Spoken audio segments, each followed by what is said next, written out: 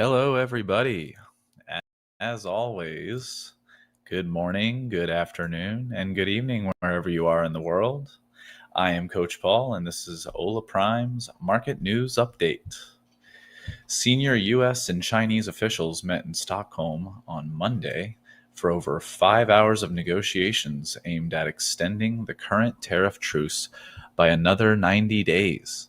The two countries face an August 12th deadline to finalize a longer term agreement following preliminary deals struck in May and June. Talks will continue Tuesday. Furthermore, Donald Trump announced today he is now only giving Russia 10 or 12 days to reach a peace agreement with Ukraine. If not reached, his administration would impose 100% secondary tariffs on countries continuing to buy Russian exports. This would have harsh effects mainly on countries such as India and China. For the equity indices, the S&P 500 and the Dow Jones words 0.3% today and 0.5% respectively, while the Nasdaq was about flat. On the docket for U.S. economic data news, tomorrow is the JOLT job openings as well as the CB Consumer Confidence Index. The U.S. dollar continued to find strength against other major currencies today. Starting off, the Euro USD came down 1% today as the EU US tariff deal was finalized with a broad 15% framework, somewhat similar to the tariff deal with Japan. Euro USD is currently trading at 1.163. Also, CAD USD slipped a conservative 0.2% in today's trading session, closing at 0.72965. Keep in mind, the August 1st tariff deadline is approaching quickly, and the US and Canada have not reached an agreement. We could see further volatility in this pair in the coming week. The GBP USD came down 0.6% in today's session as the UK shop prices rose at their fastest pace since 2024 in July, driven by a sharp pickup in food inflation, according to a British Retail Consortium. Overall, shop prices increased 0.7% year on year, above forecasts of 0.2%, relatively high off those expectations. So, the Swiss franc lost about 1% against the US dollar today, the weakest of the mentioned FX pairs. And lastly, the New Zealand dollar lost about 0.77%, right behind the Swiss franc on the day. Gold futures continued its downward slide, closing at $3,314 per ounce in today's session and currently trading at $3,307 per ounce. Silver futures fared better for the day, flat and currently trading at $38.28 per ounce. Briefly on the cryptocurrency front, Bitcoin futures had a relatively small loss on the day of about $1,000, closing at $119,000. Bitcoin futures are currently trading at $119,425 as of this writing, and have mostly been trading in a range of $117,000 to $122,000 the last couple of weeks. Crude oil futures rebounded today towards the top of its 3-week range, gaining $1.84 per barrel on the day and is currently trading at $67 per barrel. Trading range has been between $64 and $68 per barrel. Now, without further ado, it's time for our Quiet Markets live trading session with both myself and Coach Tiger. Let's get to trading.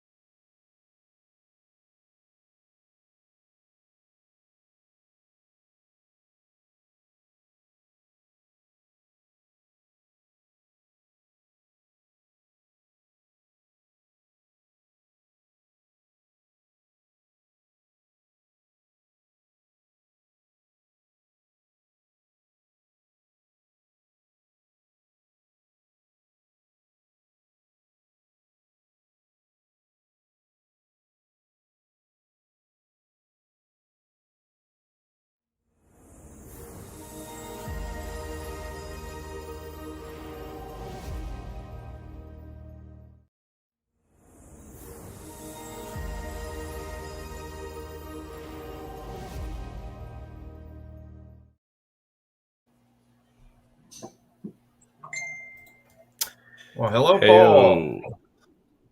Hello. How you doing, man? I'm doing all right. Doing all right, my Awesome. friend. How are you doing? Good What you to been getting? hear. I'm doing pretty good. Pretty good. I got a new green screen situation going on today, so I had Oh, to okay. put that up in a flurry of time, and I think we're gonna get a glimpse of how well it works today. So I got all Yeah. my new lighting and stuff too, so Well, it's that's a kind of nice. it's an interesting setup. It's like this is a lot more than I'm used to, so I'm just trying to figure it all out. Yeah. Well, it's a nice, nice little room behind you there. Pretty cool. Yeah, I yeah, guess yeah. we're both in living rooms. You too. Good Oh man, deal. dude. How was Well, your it was trading day? a slow day for me. I had to do so much running around. I knew it was going to be slow anyway because I'm more so waiting for tomorrow's JOLTS report, and then obviously Yeah. Wednesday's uh, rate reports for the three big countries. So yeah, today I did a lot of running around and just trying to get caught up here last second. To be honest with you, your news sure Yeah, no, helps. I glad. I'm Yeah, glad. I'm glad. pretty aware Yeah, of for a me lot of to this stuff, but yeah, yeah, interesting I to. was gonna say you're caught up for the most part. I feel like naturally, but yeah, for me, today was it was an all right day. I mean, the morning was a little bit interesting and volatile on the indices, but aside from that, there really wasn't a whole ton of stuff going on. I mean, the markets grinded down a little bit uh, throughout the day, essentially, and then kind of flattened out until the last 10 minutes or so of the session. So kind of just meh day. Wasn't a green day for me, unfortunately, but maybe we can kind of flip that around with a couple of trades on the night session here. Hopefully, gold sets up something Yep. for us to trade, or maybe the Nasdaq. Who knows? But Yeah, there but you yeah, go. Yeah, I did notice. I was observing that the Nikkei, obviously, it had shot up last week on news of their trade deal, the Japan and U.S. trade deal, and I did kind of notice that ever since Europe and U.S. made their deal, well, initially the euro gapped up, but then it's since retraced a lot, and then the Nikkei has just went straight down. So I was looking around when I was out driving around earlier on YouTube. I like to find information, listen to videos when I'm out and about. And mm, basically, and it makes sense. They said obviously when Japan made their deal, they were looking really, really good because that was the biggest deal that we'd seen up until the euro made their deal. So it kind of overshadowed Japan's deal, and as a result, people kind of took their profits on the Nikkei after that big spike. So it's just an interesting dynamic to see the see how the two reacted. Um, yeah, but yeah, the I mean, yeah, like the DAX in Germany, it's kind of retraced pretty much all of its opening gains from the Sunday Open. Uh, Euro futures. I was wanting to look at that real quick. Yeah, Euro futures and the Euro index itself. So they've kind of retraced everything, and the dollars turned around and spiked again. So it was just interesting to watch the opening yesterday because yeah, the dollar spiked down. So initially it looked like it was going to be a bigger win for the euro, but then everything yeah, just reversed. So now the dollar's yep, been screaming up pretty well, the index and the index as well. So it's just interesting to see the ebb and flow of a market whenever good or bad news comes out, right? yeah, It's an interesting dynamic. for sure. No, for sure. We actually let it be is in the chat here. Hello, hello, How let you it doing, be. man? I hope you're. Well, I believe you won a challenge account with us recently. it I was hope with us, that's right? go. Okay. I Yeah, couldn't I remember hope. if that was Yeah, with us or in the Forest Fire. yeah, and I hope that's going well. Let us know Mhm. how everything is going, what you're trading, and maybe we can look at a chart or two while we're on tonight and see what's going on. So, Yeah. but yeah, and I will say I don't have too much expectation for these indices tonight. I mean, hopefully I can be surprised and something will change. A little bit of volatility will enter, and maybe can take a trade on the Nasdaq. But I'm not entirely optimistic. Let's put it that way. So that's why I'm hoping that gold has something to offer. So Yeah.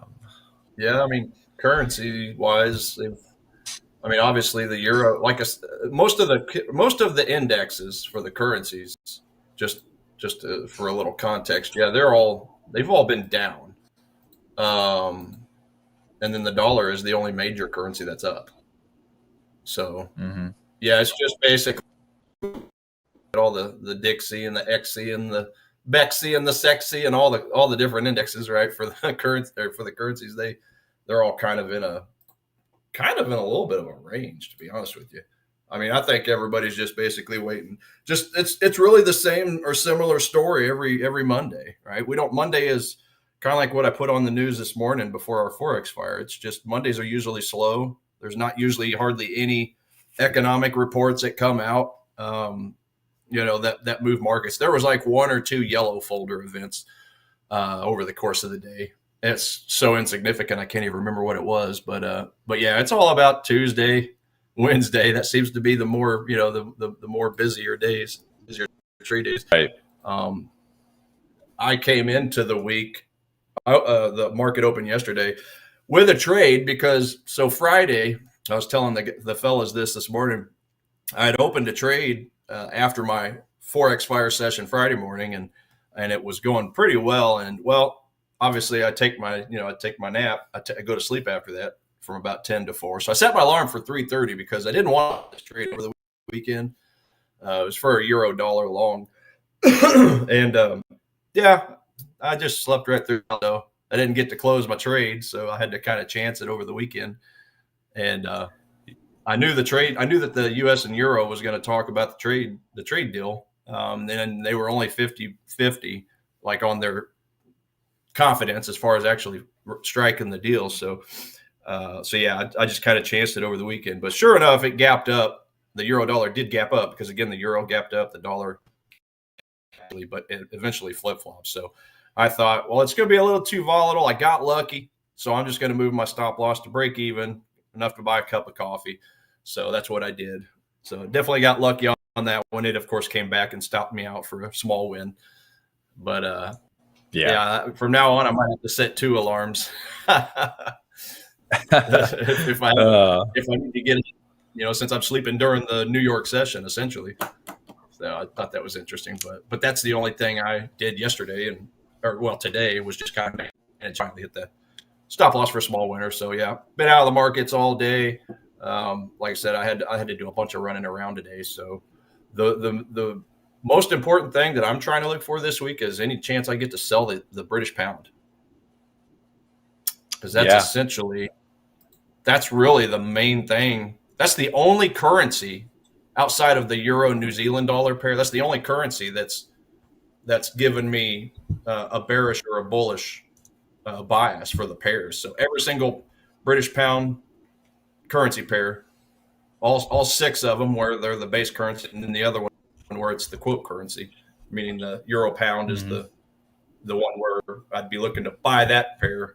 But the British pound against anything else, I'm looking to sell it, because all the economic data, the sentiment, everything is just strongly against the British pound right now. It's going for the other currencies. So, Right.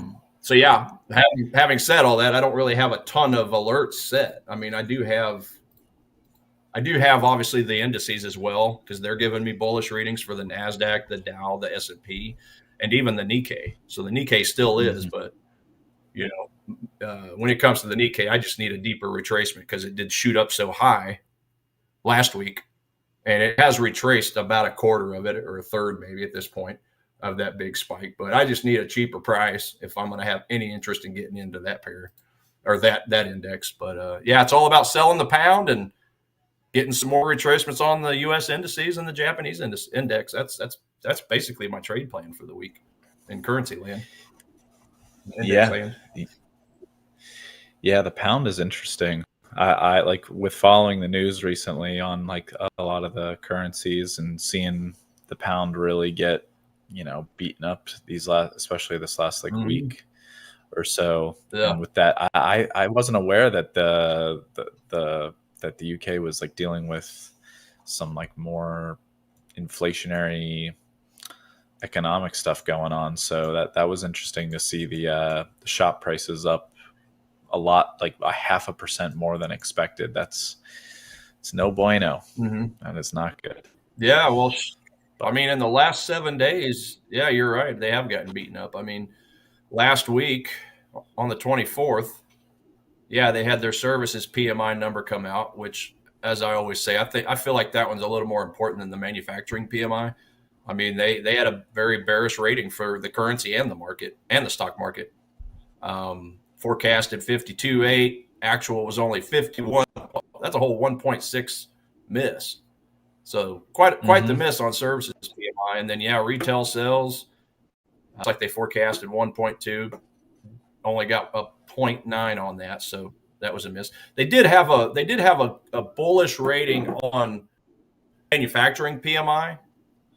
Because they forecasted 47.9. They did actually get a 48.2, but the thing with that number is it's still under the 50 baseline. So, the Yeah. baseline less than 50 is kind of contraction territory. Over 50 is expansion. So for anybody watching that didn't know that, that's kind of the secret to how to read the things like the PMI. I mean, yeah, Yeah. they had a good surprise number, but it's still way under 50. So yeah, you can take that the way you will. But yeah, the way I see Mm-hmm. it is you had about 2.5.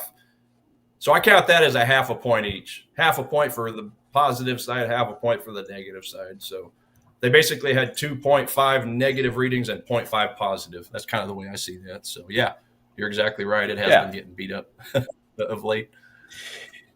Yeah, and I'm mainly looking at the charts, and then I see, and then I see some of the news, here and there, roughly like on a nightly basis. But yeah, very very interesting, regardless. And looks like Let It Be is up over $1,400 in 4 days, man, on your account, Hey, dude. atta Congrats, boy. man.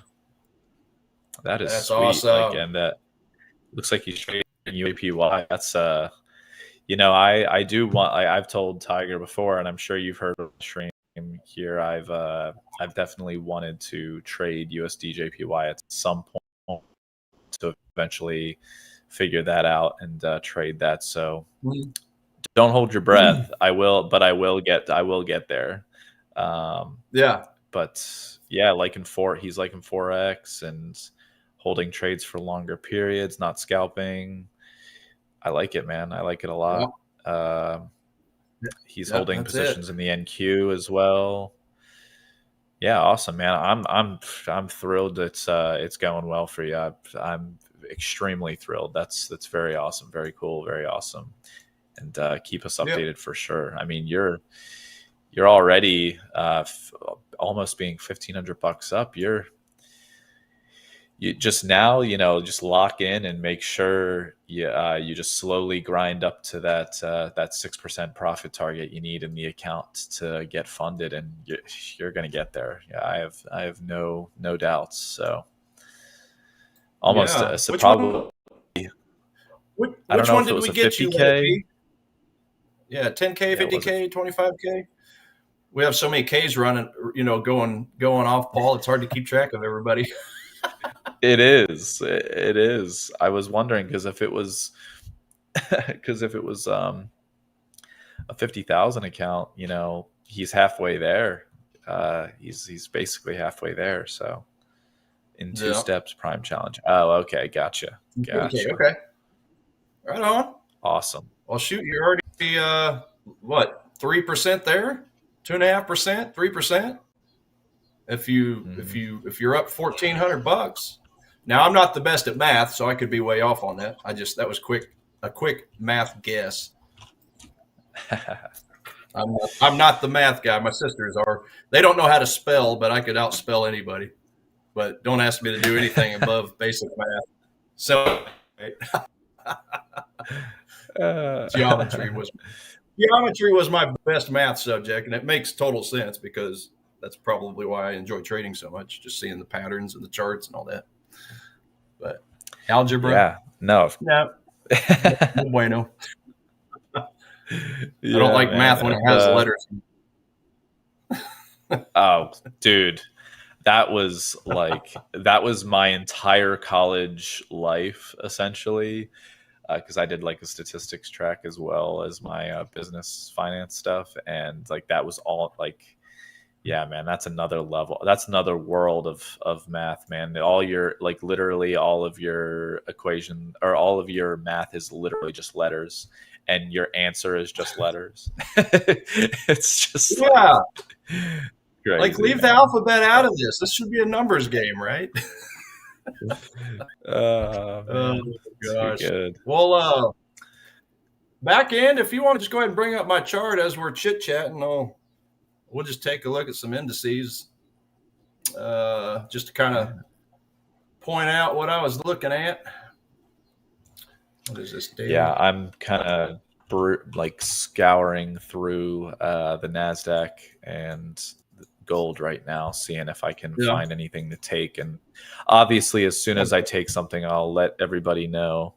I'll definitely let everybody know. So, and on that note, I think I had an alert go off this morning, but I didn't end up taking it because I never got my trigger candle. Let's see. Yeah, I think it was right here on the Euro CAD. So this one of mine that was giving me a bullish signal this morning, and I think that one has since fallen off my list. Yeah, it has.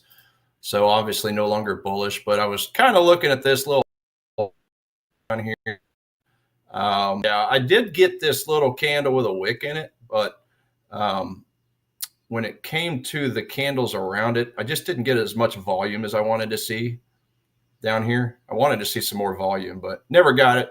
That's fine. And ended up chewing through the zone anyway. So, yep, volume is important for me. Effort versus result. If the result doesn't have the effort, I stay out of it. So it kept me safe on that one as it did chew right through it. So I can delete that since that's old news now. I am looking at Euro Pound though. I'm kind of keeping an eye. So this one actually did hit obviously much higher time frame. It's uptrend, kind of bouncing off this trend line.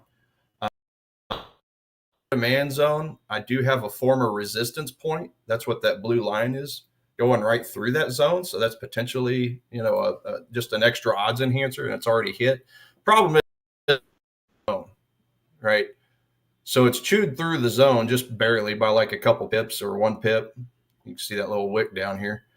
So I'm probably going to ignore this at this point because it's been chewing through it all day, literally. It first entered this zone at 6 a.m. when we were still on air for the Forex fire. But yeah, pretty much the same thing. I didn't really get a good bullish engulfing candle with volume. I mean, when price hit the zone, you can see the volume did kind of pick up when we're talking about the volume candles. But it just gave me this ugly, top wick. So that's selling pressure probably from sells. So it just kind of bounced around here for a little bit, and then it just finally chewed through. So again, didn't get the confirmation candle I was looking for. It kept me safe. Avoided a second small loss on the day. So nice. Even if this turns around and goes up at this point, say la vie. I'm not gonna be interested because when it comes to demand zones and supply zones, the goal is for price to hit and then bounce. I'm not looking for it to hit and then just kind of mosey on and dilly dally sideways, because that to me shows it's not that strong of a zone to begin with. So yeah, I mean, even if this sucker does come up and out and I miss that profit, oh well. I'm not worried about it because I'd be breaking my rule if I jump in and chase it, right? The FOMO. So Right. really important. Avoid the FOMO. I didn't get my initial bounce. I didn't get my initial bullish engulfing candle. So I'm out. Keeps me out. So say la vie on that. That was an old one. So yeah, I avoided 2 losses today, 2 small losses. Thanks a lot to the confirmation candles I didn't get. All the time, Paul, and I used to wonder why I keep getting small losses, right? But it's part that I didn't get any type of confirmation, but another part is this: I didn't really. It's kind of, if you look at this whole area on a 4-hour time frame, it's just basically a big ugly sideways move. So that's where the retail traders are playing, right? So before I started looking at this 4-hour demand, but it's kind of fallen in fair value. So there's not really any imbalance. Where's the imbalance? Well, the imbalance should be further down. So below the retail area, everybody's just chopping each other to pieces. We got this imbalance down in this area. So it's the next, basically the next zone down. So it's a daily demand. If I move it to the daily zone, I see this green candle here. As always, my order block tool makes colors look different. But yeah, last red candle down before the spike up. And then yeah, go back to the 4-hour, or actually I think I got this on a 1-hour candle down here. Yeah. So within that daily zone, I got this 1-hour candle. Pretty good volume coming out of that. That's a little bit of zone confluence, like I like to see.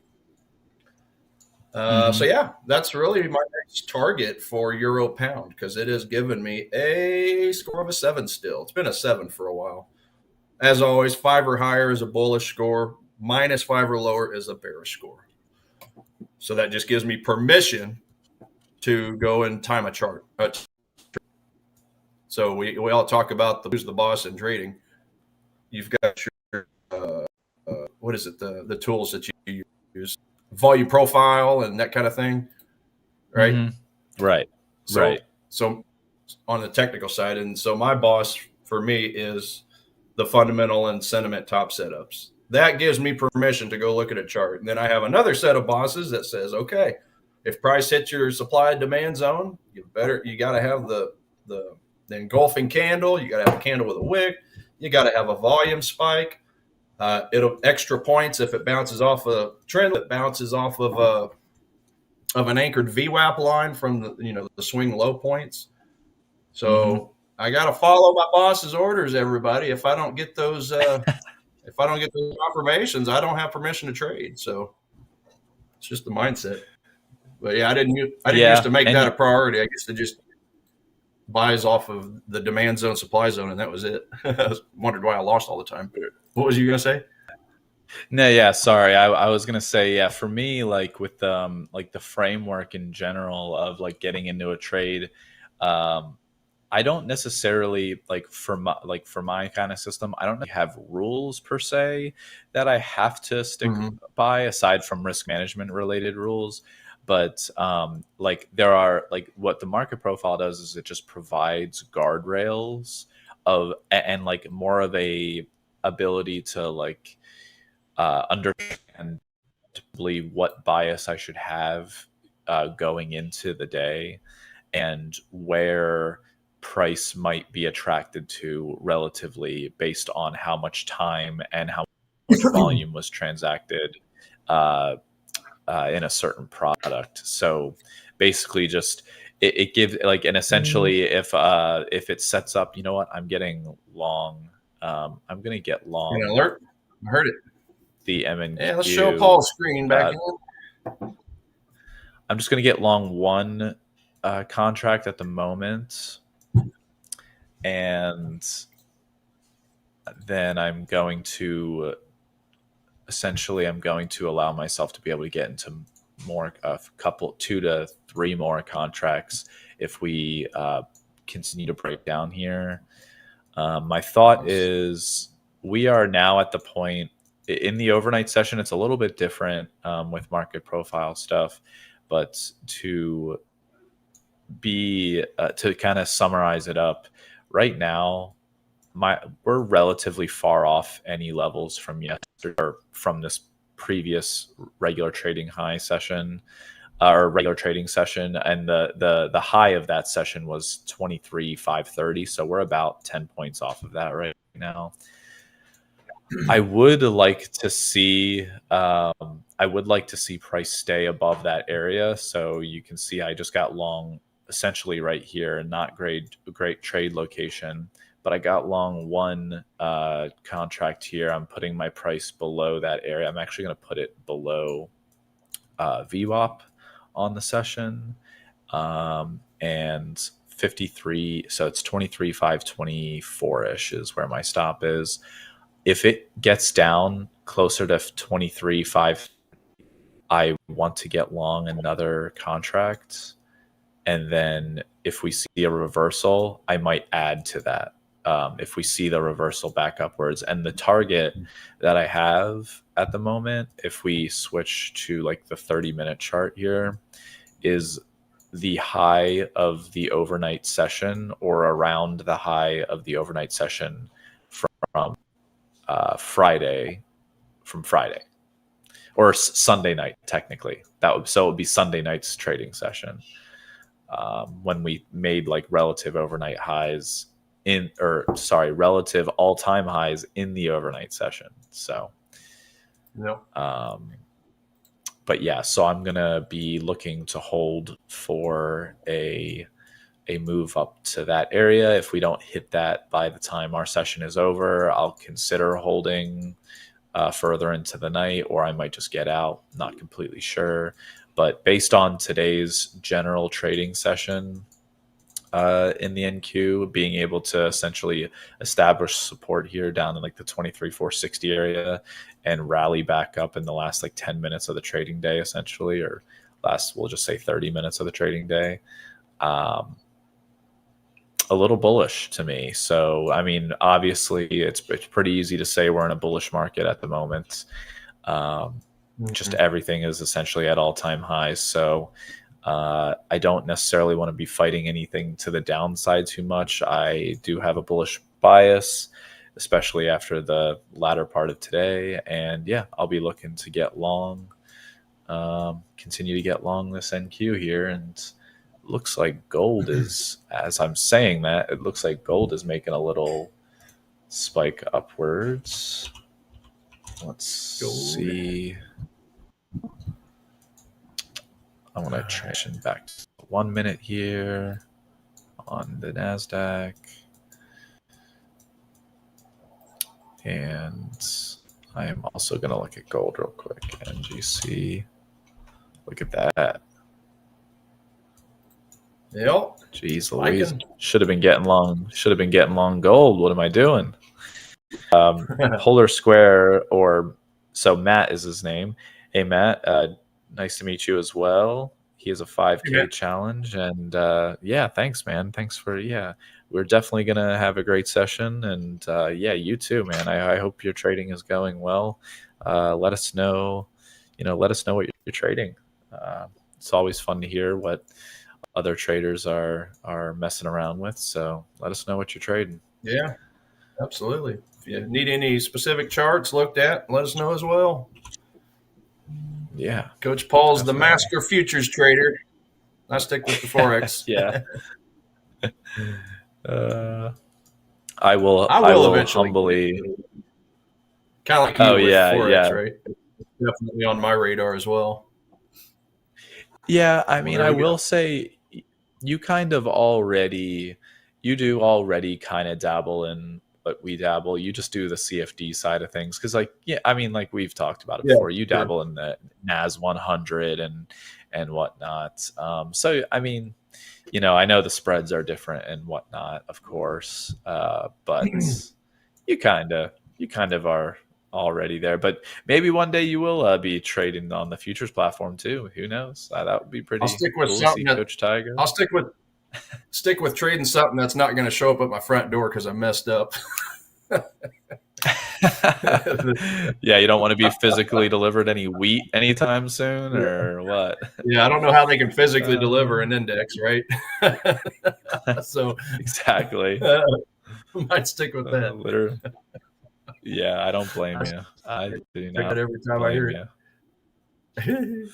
That is good. That will be an ongoing funny joke between us. We Forever. just talk about crude oil barrels and orange juice delivered to your door. Yep. Too good. Too good, That's man. it. That's it. Um, awesome. So you got your. So you said if it comes back down to which point you might jump in with another contract or two. Somewhere around 23,530, 23,532. That's Oh, where I would okay. like to get long a Good second deal. one here. But And you know, the one. So when I'm looking at what would be a real shame, okay, so when I'm looking at the Nasdaq here right now in the overnight session, generally speaking, I mean, super bullish right now. Like we're if we're not holding the 50 period EMA that I have, we're relatively holding the VWAP here. If we were to like look at that, I mean, we're like double bottoming, cut like support at 23,520. We one, two, three, four tests of 23,520, bounce above it. mm, Then we kind of get this little smiley face here. Love to see that bullish like consolidation at the mhm. 50 period EMA. Break the highs, come back, consolidate. I mean, as much as I would love to be in another contract, I would also love to see this like relative uptrend establishing. And the more I think about it, the more I might need to give this more room because of this 23,520 area being so such like a big support area. Um, I might need to move this down for my basically for my trade to actually be invalidated because that's kind of what I care about the most. This area being true support. So I think I'm going to do Mhm. that. I'm going to move this down like a point and a half or so below this wick.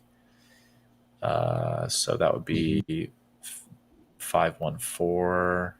Yeah, I'm going to do that. And then what that'll do is allow me to essentially be able to get into some more longs in this 25 or 23,530 area to anywhere to 23,520. So might have gotten a little bit antsy with getting into that first contract, which isn't a big deal, but I still have plenty of room to get into some more position and get a better price. So not too Yep. mad Yeah. about Gold. it. You're right. Gold sure did spike, but it's trying to figure out if it wants to retrace. Is that something else you're still keeping your eye on? The gold.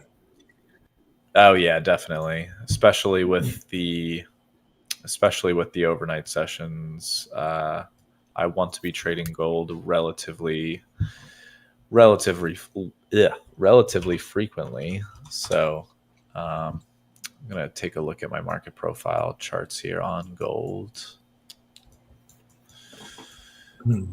Today's distribution in gold is very weird. The volume distribution. Um, there was basically a huge gap in volume between 33.15 and 33.24, uh, where we just had a one time frame move. And I'm thinking it might want to go and test that. Geez Louise, and it's moving so quickly. Like I wanted to get in long there. I think I might Mm-hmm. get in. I would love to see it retrace back up to 33.24, which is, dude, it's just it's moving. It is moving Going, way. ain't Yeah, this is interesting. it? I'm literally, Decisions. yeah, this was, you want to talk about a quarterback decision, making a decision like Yeah. in split seconds. My goodness, it Yep. moved. Price literally moved 1.5 or almost 1.5 points in like 30 seconds there. And it's just off to the races already. Yeah, I was watching it on the XAU USD. Looks pretty well the same as your chart, but going. We could, yeah, we could see I some mean, resistance here at this level. So um, I will not chase it. Let it see what it wants to do right here, and maybe mm, if we are able to consolidate and I can get long at some other point, hopefully it just doesn't completely run away. I mean, just look at this, man. This is it's oh, there goes your volume. this guy Oh is boy. just relentless. All right, Yeah. Yeah. keep a close eye on that. I'll check on it every so often here.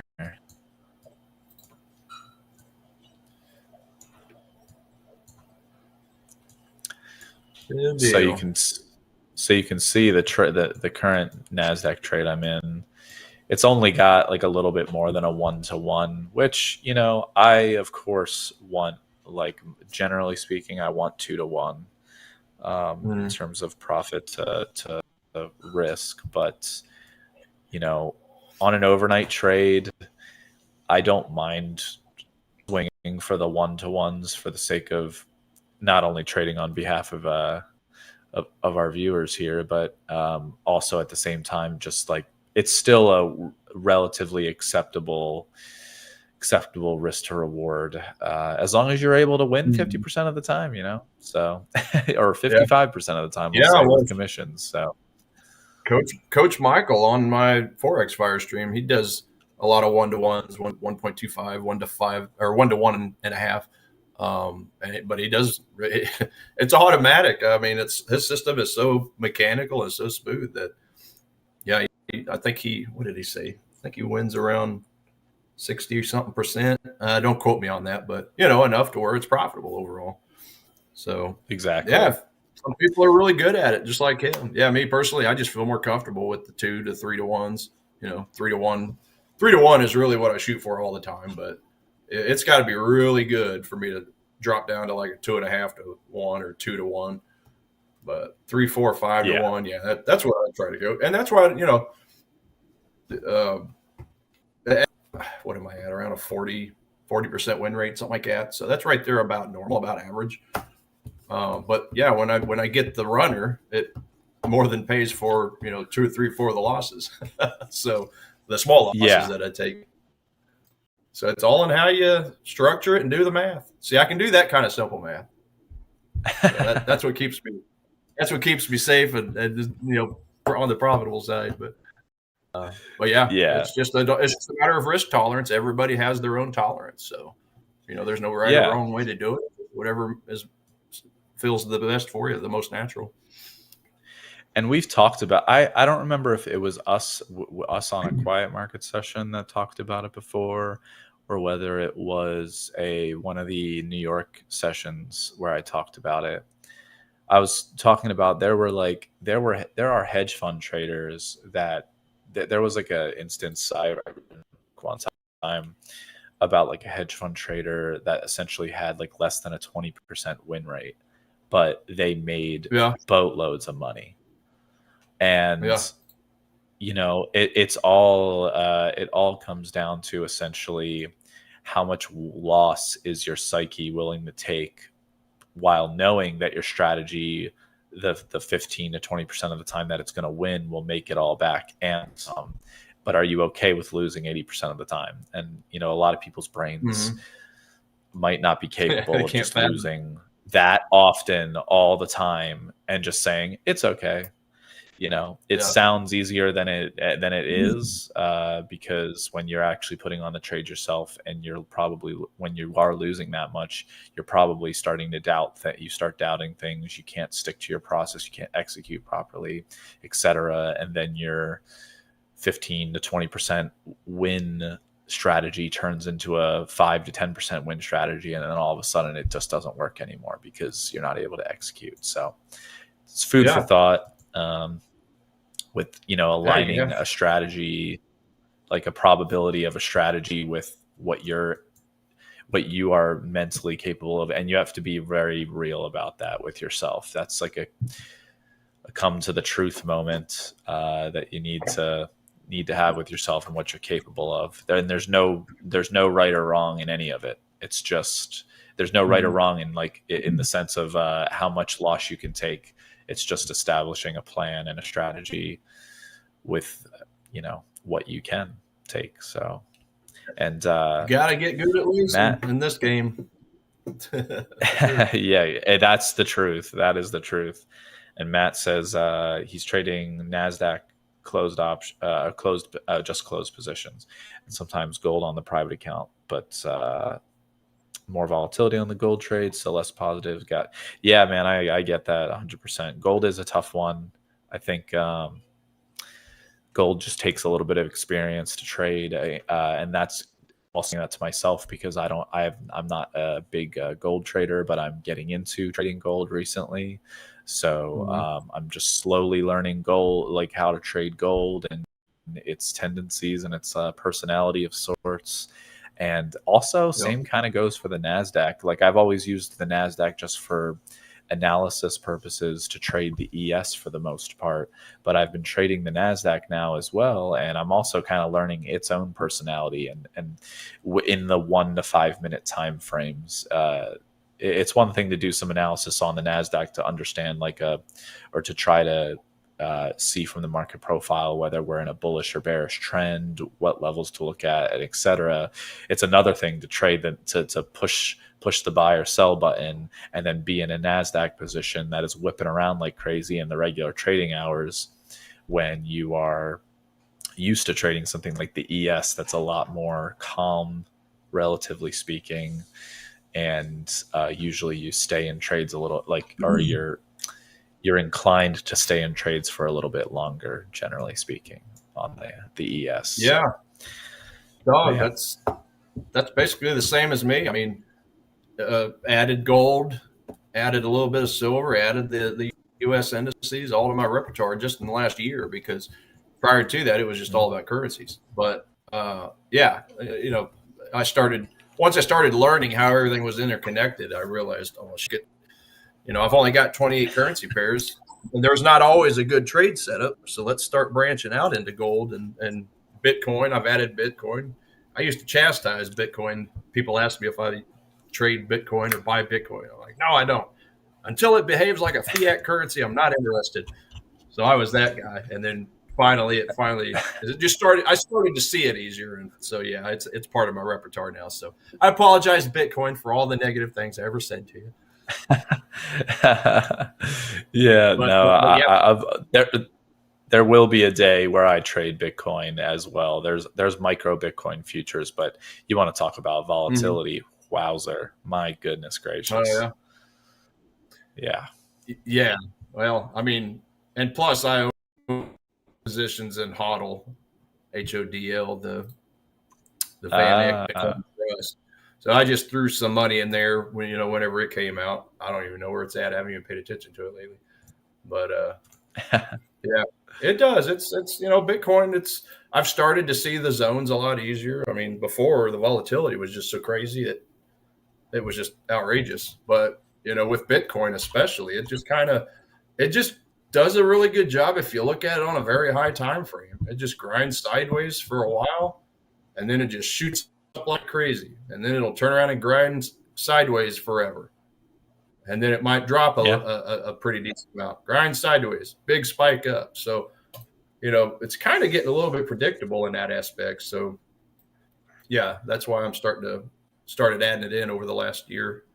So yeah, Bitcoin, Right. gold, a little bit of silver, and then the U.S. indices and even the Nikkei and the DAX. I mean, I've added all that just in the last year, just because I've started to understand, better understand how the world is connected and how all these currencies are connected with their various countries, stock markets. So um, Mm-hmm. definitely a good place to be when you start to see how everything just functions as one big ebb and flow rather than just individually. So Definitely.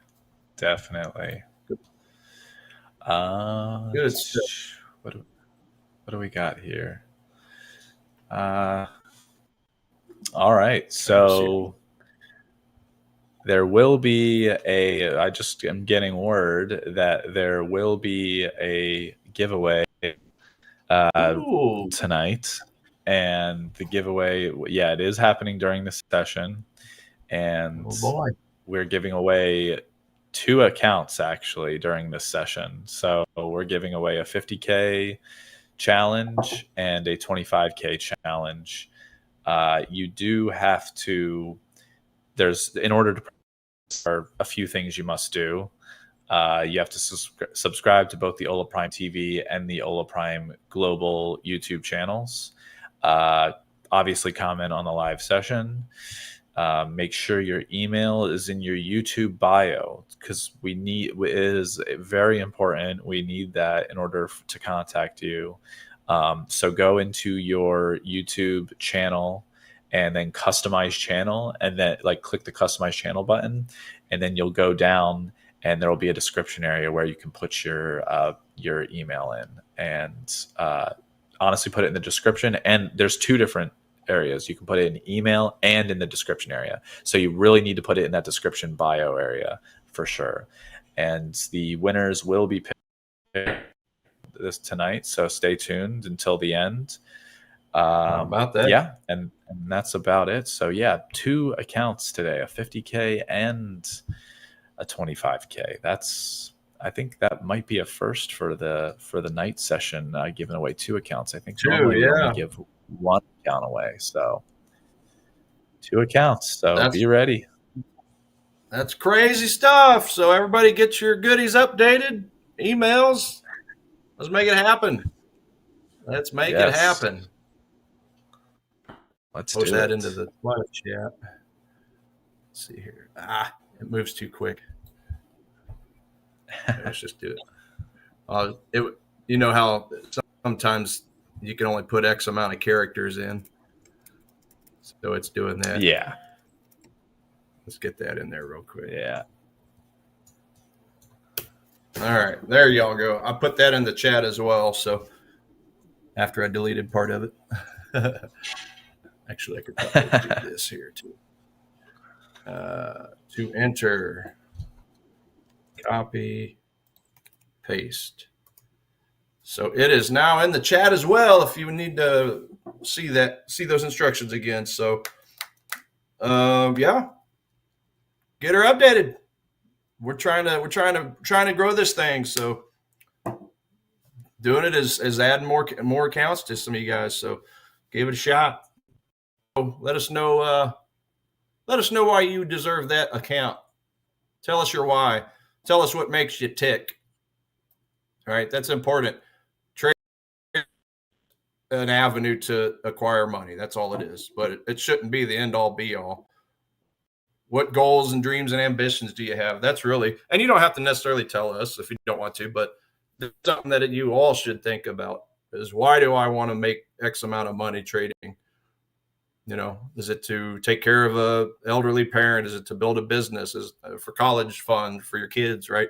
Things like that. That should be the real reason why you trade. I mean, it's nice. There's a lot of money to be made, but money is nothing if you don't have a purpose, if you don't have a why. So just figure that out on your own, whatever that may be, and that's really what drives you. I mean, I don't care about the money. I just care about doing some good charitable type stuff. I know my girlfriend's really big into it, about donating time to the church and helping people in need. So those are things that make us tick. So that's why I trade, right? So whatever your why is, that's up to you. But definitely be thinking about it if that's something you haven't thought about past. I just want to make a lot of money, right? So hopefully that helps somebody. But yeah, let us think. Looks like your MNQ is going backwards a little. Yeah, no, I think you hit the nail on the head, Tiger. That's like your reason of why you're trading is a very important one, more important than some would think. So because that's kind of the fire that is going to drive you to be better. So The NQ is definitely moving against me right now. There was a lot of volume just there that transacted, relatively speaking, on the 1 minute. Let's see if VWAP can help you out. Yeah, and this is kind of where we could see trapped sellers, as Sam would say, forming here at this VWAP area. So we will see. It looks like it's pushing down pretty darn well, though, I must say. I am definitely looking to get long another contract at some. I want to see some sort of reversal confirmation, whether that's a ton of buyers piling in, even if it pops up, 5 points from here, and there's a bunch of buyers. At least I don't mind getting in at, a little bit of a higher price on this second contract. I just need to see something here. The overnight is a tricky one, so yeah, we'll see here. Gave myself a decent amount of room in order to let this trade kind of meander through our session. So we will see. Yeah, I'm trying to find me an entry as well on some smaller time frames. My strongest currencies are still the same as they were last week. As far as the economic surprise meter I pay attention to, meaning what percentage of reports did these currencies beat expectations on, right? Or what percentage did they fail expectations? So yeah, currently I still have New Zealand dollar as the strongest, 88%. Euro, 83%, second strongest, and then third strongest is the Swiss franc. The dollar has made a move because it was in the 40s about a week and a half ago, actually, with last week, and it's now a 62. So the U.S. dollar is slowly kind of gaining strength over this last week and a half. Now, I obviously am paying most into the JOLTS openings number 1, which is tomorrow at 9 a.m. So shortly after our Forex Fire session ends, they are projecting about, looks like 200,000 less, about 250,000 less jobs than last month, or last release. So that would be a negative against the U.S. dollar. But then Wednesday, not only do we have the rate coming out, but we also have the GDP numbers come out for the U.S. And they're expecting a bullish rating on that for the GDP. So the previous number was actually revised down to a negative 0.5%. They're projecting it to be 2.4% though for Wednesday for GDP. So if both of those reports come out as expected, then you got one bullish, one bearish. So that would basically cancel that out. So yeah, we're just back to the rate decision. It's obviously priced in that they're not changing the rates, but you listen to President Trump and he's still like, he's kind of holding out hope that maybe he'll come to his senses and actually drop the rate 25 basis points, but we'll see. I mean, 96.9% chance from the Fed Watch tool that it ain't going anywhere. Yeah. So yeah, it looks like September looks like they've changed to 62.6% chance that they will drop 25 basis points. And then the only other one was the December rate, I think. Yeah, so the same thing for October. December was 42% that they'll drop it to the 375 to 400 range. So we should just have a big nothing burger. But you never know, man. I mean, I did see that it's happened a couple times in the last few years where they actually, even though they were projected to stay the same. November of 2024, I think, is the last time, but they actually projected one thing, but turned around and raised it. I think it was at that point. So, hey, if there's ever a time for for them to be wrong on the rate decision and keeping it the same, I could see a chance that maybe this might be it, right? Especially after the fiasco when Trump visited Powell, right, at the Federal Reserve last. So who knows? Maybe that lit a fire under him. I don't know. We'll find out on Wednesday, but I don't think I would be surprised either way, to be honest with you. on that rate decision. Yeah. Yeah. I mean, like, what's funny is literally just now on the news, because the NASDAQ was just making a pretty hefty sell just to the sell side just now. There was a good amount of volume selling into this. And I was like, man, I should check the news. I did get long one more contract. I averaged down one more contract, and then I will get long another one around the 23.5, like 518 or 517 ish area. I'll get long one more with my stop still at the 25 or 23, 513.75 area. Actually, I'm going to move that down one more tick. Okay. No. So, but the news I was seeing was Trump. Where'd it go? Okay. President Trump, we're doing well even without a rate cut.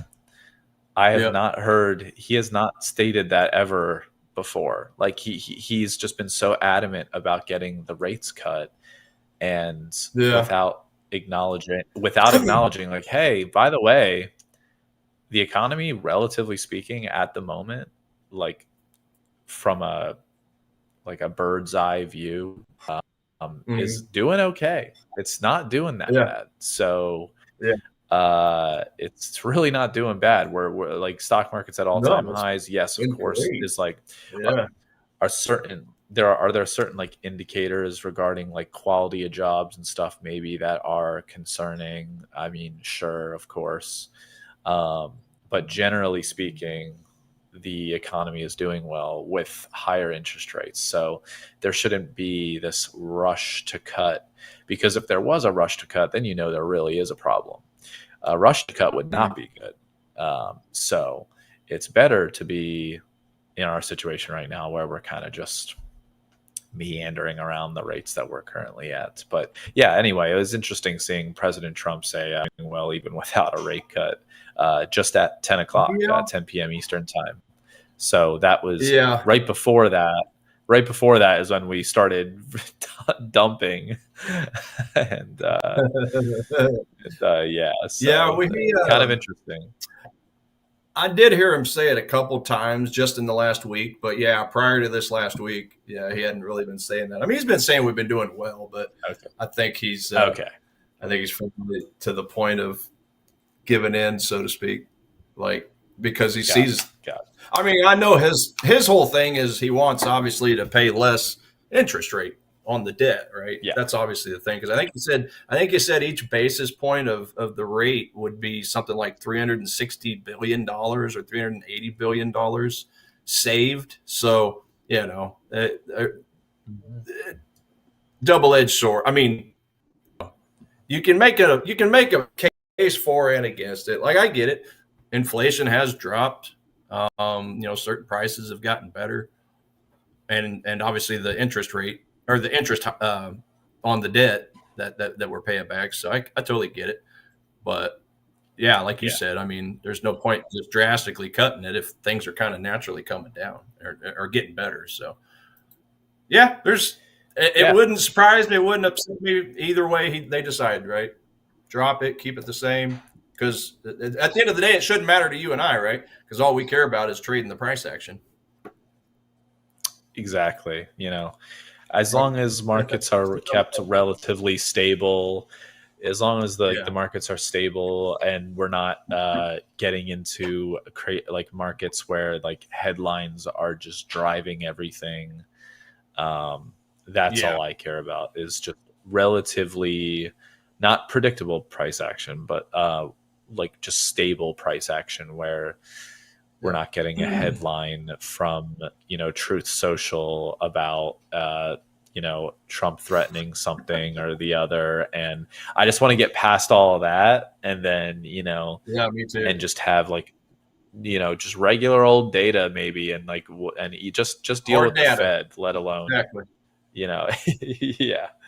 So it looks you're exactly right. I mean, the last X amount of weeks, it's been like that, and it's just been tough. It's been a tough trading atmosphere. I mean, I miss the days where I could just focus on the hard data coming in and just trade based off of that. But yeah, now you gotta include all the tweets and the Truth Social posts and all the rumors, Yeah. all the negative, both negative news articles that people just make up off the top of their head without using hard data. So rumor mill, like, it's been tough. It's been tough, but it's been a good challenge. Yeah. I mean, it gets us, it gets us better for, whenever it does help us get better. I will say that. It's annoying, but I'm like you. I'd rather just trade the hard data and just have to worry about that, and that's it. Yeah, yeah. It's just I mean, like, let's put it this way. It's just making it easier on us as traders to not have to deal. But not to say that there's every once in a while, like, a headline can make things exciting and can make the markets exciting, but Sure. exciting doesn't always translate to green in my account. So Right. Doesn't always pay the that's bills. the only. Yeah, Yep. exactly. And speaking of green, look at my, like, I was able to get another Yeah. contract in Look right at at this wick right here. I'll tell you what, if that. there's Damn. something that I love, if there's something that I really love, it's a relative, like, bullish uptrend. When we consolidate downwards, some sort of hammer candle like that on high volume, Mm-hmm. and then just a Oh yeah. explosion upwards. That's Oh, that's the best. a pretty good, a relatively good sign. I don't want to jinx myself, but it feels up. And literally, as soon as I say that, jinx, you owe Run me a into your soda. 21. Running into your 21. Yes. It looks like. Yeah, but I don't actually, like, for so in this situation here, because we've been in an uptrend and those EMAs have been acting as support, and the 21 is above the 50, I wouldn't necessarily look at the 21 as, like, an area of resistance necessarily. Okay. I'd more so, like, if the 21 was to, like, cross VWAP or the 50 or whatever, that would just give me more of an idea of, okay, maybe we're starting to get a little bit bearish here. But I'm not going to really look at it as an area of resistance. What I would say is, instead of that, like, that indicator being the resistance, I would say this area where we traded up to, if you can see my cursor here, kind of at the, so it was about an hour and a half ago where we started consolidating here and then made this, that I could see as more like of an area of like, that would be the area of resistance, I guess, is where, like, we consolidated here. Maybe we would reject off of that, but that's kind of a stretch, to be honest. But that's all in the overnight sessions. I don't even know what a stretch really is at this point. That's what we're kind of learning here in this quiet market session, is how to figure out things like that, because a decent amount of volume was transacted during that time. Not the highest amount, but enough transacted in that little consolidation area. So yeah. So would love to just come on NASDAQ, just, and that pop happened on lesser volume than the two candles before it. I mean, the candle before it being that hammer candle, just because that's a blue hammer candle, which would be red in a normal red green candle coloring scheme. Just because that's blue does not mean that is bearish. People do have to That's a bullish remind candle. themselves of that. Exactly. Just because it didn't, close above where it opened, that doesn't mean it's not bullish. That's definitely bullish in my estimation. Very bullish. Yeah. So Closed at the top range. Paul, I got the restroom. I'll be right back, my friend. Yeah. No worries. All right. Let me read the chat here. Oh, and by the way, everybody, just a reminder. Again, we are doing the giveaway, the 25K challenge account and the 50K challenge account giveaway during the session. As mentioned previously, subscribe to the YouTube channels, both Ola Prime TV and Ola Prime Global. Comment on the live session, engage with us a little bit, tell us something about yourself, tell us what you like to trade, etc. Make sure your email is in your YouTube bio description.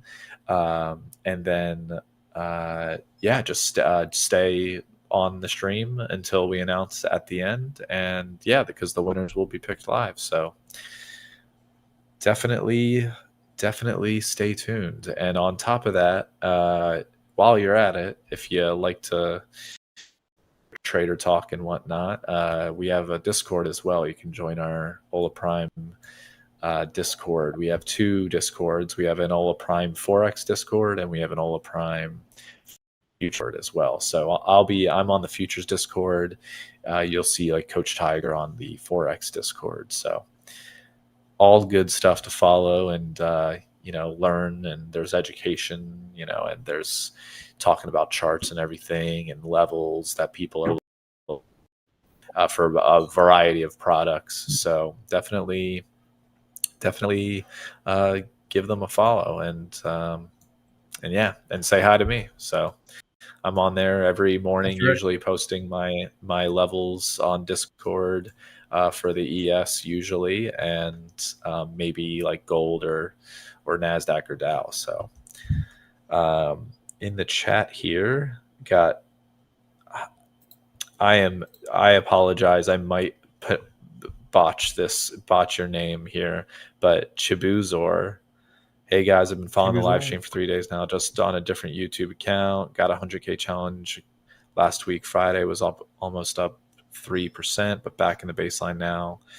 Love the analysis, Coach Tiger Paul. Thank you, man. Appreciate it. It's okay. You'll get back to it, man. It's all right to being at even is better than being down 3%. So you at least you're That's up right. 3%. That's good. You had some good analysis, executed well. You'll be back there in no time. Don't even worry about it, man. Yeah, exactly. It's just the natural ebb and flow of your profit and loss number. Ebbs and flow, just like a chart, any chart. Like his chart he's looking at right there, right? It goes up, it goes down, it goes up, it goes down, but overall it's up, right? That's the whole goal right there. But just keep in mind you're going to have those downs, and those downs are nothing more than the cost of doing business. That's really the way to look at it. Words are powerful to me. Like I don't like to use the term loss. I like to use the term expense, right? Business expense. You got to pay. You got to pay for the wins, right? So you do so with small losses. But yeah, just as you went up 3K, hey, you can turn around and do it again. Go for 4 or keep it the same. Just limit the losses, and that's really all the game is. The natural ebbs and flows. Yeah. I am taking a look at New Zealand dollar, so I could take a look at that on my chart real quick if you like. Yeah, sure. We can switch to Tiger, and we can switch back to mine after his analysis. Yeah, I'll just do a quick look at it, and we'll get back to yours. But yeah, New Zealand dollar. So I'm keeping an eye on this one because again, the New Zealand dollar is the strongest currency at the moment. Looking at economics, right? So let me just kind of do a copy paste real quick of something. So yeah, it's been up. It's been kind of choppy of late on a daily, but when you look at it over here, I am kind of keeping an eye on this demand zone. But yeah, there's the economic surprise meter right here. So you can see the New Zealand dollar is the strongest currency. The weakest, according to this chart, is the Canada dollar.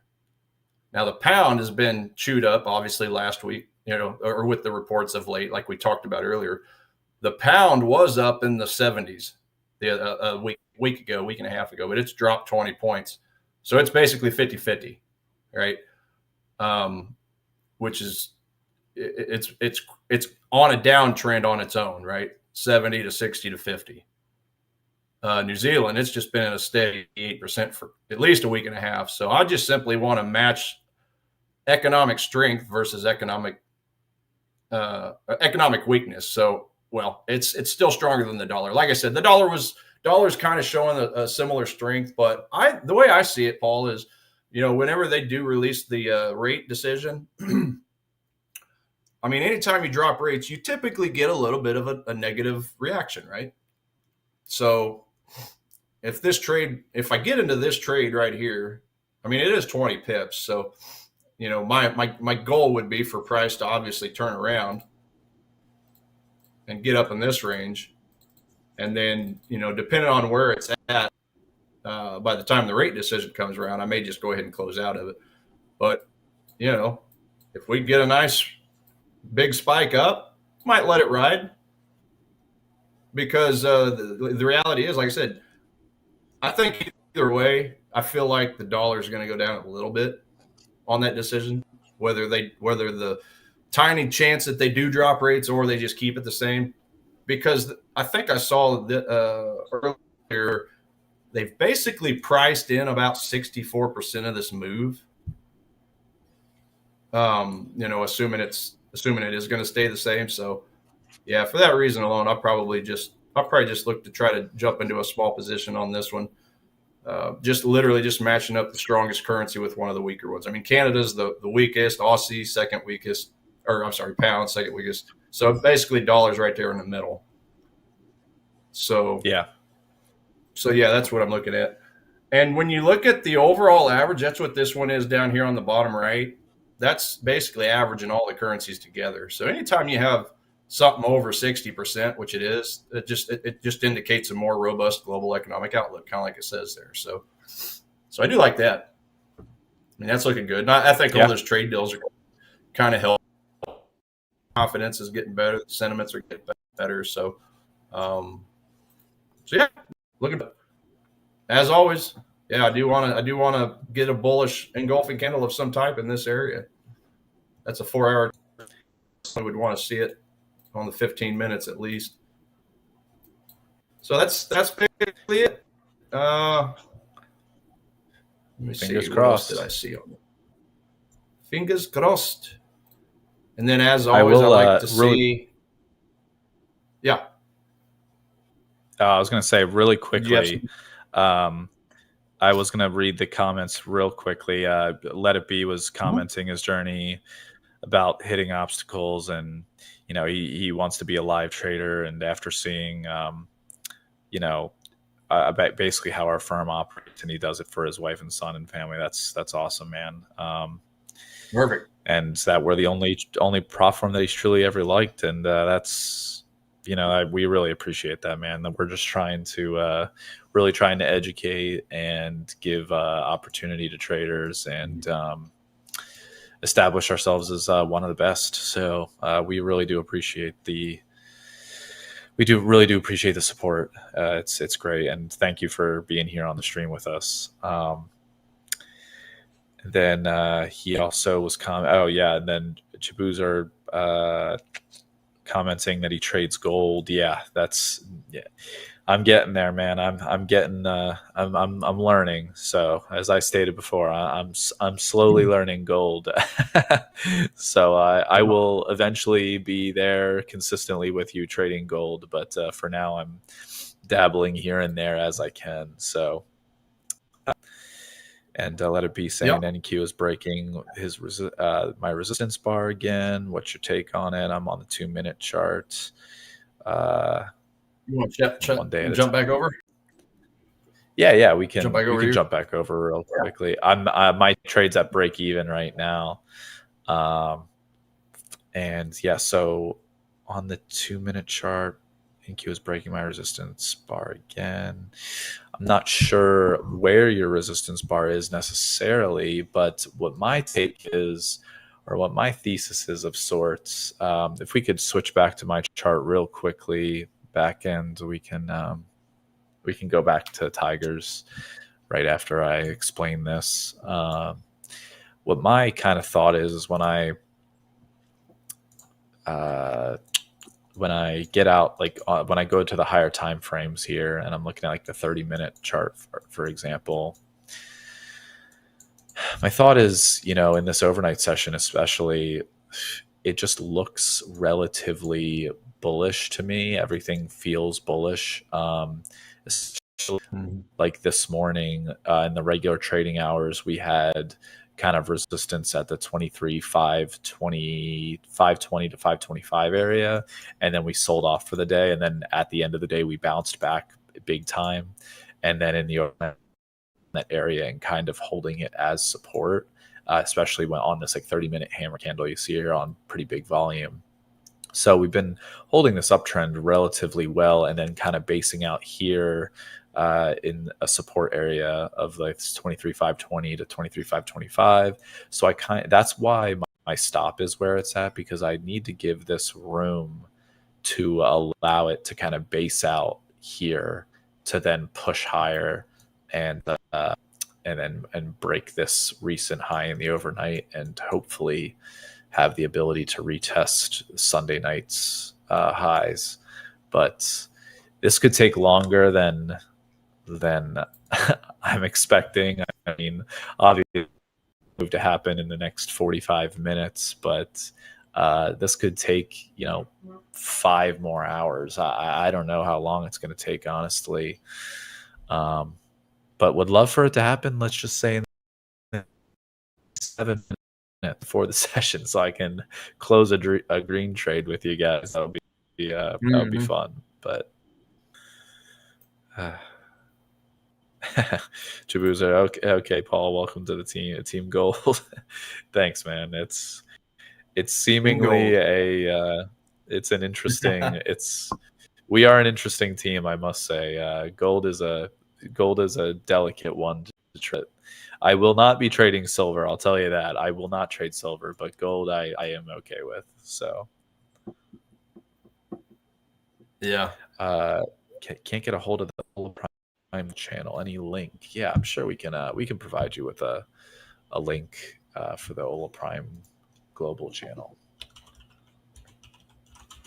Let's see here. Maybe actually, do you have the ability to? I'm not logged into my YouTube on my Is it just PC holaprime.com? Right? No, the YouTube channel, the global YouTube channel, instead of the Forex, or sorry, instead of the futures one. Oh yeah, let me see if I can do that. YouTube. See if we can get a link to the main channel. Just the like the original one, right? The regular one. Yeah. Oh yeah, absolutely. Let's see here. I'll just copy and paste the link here in 2 seconds. Yeah, it should be that one. Should be that one right there.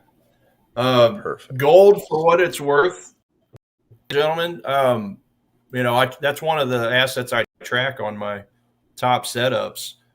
So for me personally, just with my trading style, I'm showing gold as a straight up 0, meaning neutral. So I don't really have a bullish bias. I don't have a bearish bias at the moment. But longer term, yeah. I mean, I definitely see it going up. I just need it to break some of these tops. We've got like 4 tops up around the 3,400 mark, 3,400 to 3,440 mark, where it just basically a really good support. A resistance. And it just has not been able to break through all that nonsense and close above it and then come back. Then I'd be looking to find a demand zone on a smaller time frame. But yeah, it's pretty easy to see. When you look at it on a daily chart, it just will not allow price to go past the, let me see, double check that. Yeah, 3440 mark, or 3450. We'll just call it the round number there. But yeah, fundamentally, that's always the first thing I do is look at the fundamentals of sentiment, and it's just giving me just a straight up neutral reading. So I'm personally staying away from it. But yeah, on the technical, if I had to just place it off a technical trade, yeah, about the 3,300 mark might be a pretty decent spot, just because it is butting up against a 4-hour demand zone, getting close to it anyway, not too far away. But yeah, as always, got to have that rejection, got to have the bullish engulfing candle, with volume spike if I'm going to get into something like that on just a pure technical basis. So, but yeah, I'm kind of with you. Yeah. I don't really trade silver a whole lot either. I keep an eye on it because my algorithm does track it, but I don't usually. I mean, I already know that the gold is a relationship with the U.S. dollar, and silver. You would think silver would be the same, but sometimes sometimes a couple of those fundamental reports affect gold and silver just a little bit different. So I've Yeah. just found that gold is much more of, and I don't want to say it's a perfect inverse relationship, but I mean it's a perfect negative, almost, well, it's close to a perfect negative correlation to where, yeah, when gold's going up, dollar's going down, or vice versa. Of course, the dollar leads that. I should have worded that different. When dollar's Yeah. going up, gold's going down. Dollar down, gold's going up. But yeah, Right. as the Right. dollar goes, so does gold, but in the opposite direction. So yeah, I don't really, Mhm. but silver, sometimes it just kind of goes off and does its own thing. So I don't really trade silver a lot. Yeah, no, that is true, man. Like today, silver was like flat essentially on the day. Actually, it closed, I think, a little bit higher, but relatively flat. Whereas gold had a relatively down day.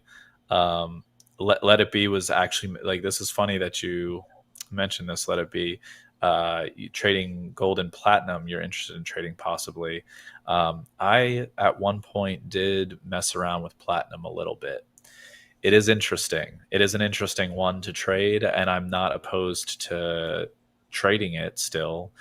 But the spreads are wide on it, and it trades in lesser volume. I know you've looked at it, and I'm sure you've seen it. Uh, but it's just like an interesting thing to get used to, the larger spreads just during regular session hours. The spreads are kind of weird. So, um, but yeah, and then on top of that, you sell gold and silver for a living. That's freaking sweet. That's cool. Never met anybody that partakes professionally in the precious metals business. So that's awesome. That's sweet. I love learning. So like, I love meeting people like that. Just like in professions that I've like never, known anybody in. So that's cool. Good stuff. Uh, I'm actually trying to throw a chart up with a couple things so I can kind of compare gold and silver. Let's see here. XAU, USD, XAG, USD.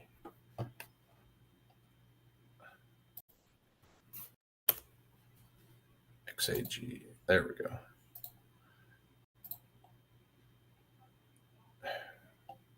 Yeah. Yeah. Yeah. I mean, I would say they're probably about 80, 85% correlated, gold, silver. I mean, as far as positive correlation goes. yeah. But that 15, 20%, it can drive you nuts sometimes. And yeah, you know, I've just found that tracking like dollar Japanese yen is a great example. I mean, as the dollar goes, the Japan typically, yeah, follows. So if I were to put the gold, let me see here. I'm trying to add a chart onto a chart just so I can show those negative correlations. It looks like when we Ah, post the sorry, real quick. It looks like when we post the account, or the Ola Prime Global thing in the account. Sorry, Ola Prime Global TV channel, uh, in the Discord. It's, or not in the Discord. Geez, in the chat. I am all over the place right now. In the chat, it's not popping up. It's like it's not our the account, link, or our yeah. account is not showing. Yeah, like. Yeah, you might have to copy and paste it. Just copy and paste just from the www part. Try that. Let's see here. It's picky sometimes, so that's probably what I should have done. I shouldn't have put the HTTP part in. Okay. Yeah, just there. I reposted it. I just took out the HTTPS part. That should work. If you copy and paste that, should being the operative word. Yeah. And I think, and I just did too. I did it as well. Um, Jeez. So did that work for you? It doesn't, I'm not seeing it pop up here. Let me give it another go here.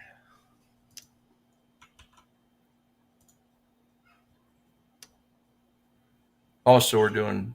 You see the chat, Zoom chat. Yeah. Okay. Huh. I see. You can right click. Well, let's see here. Let's try that again. Yeah, it looks like it's not posting for some reason. So let me try and do it on my phone here.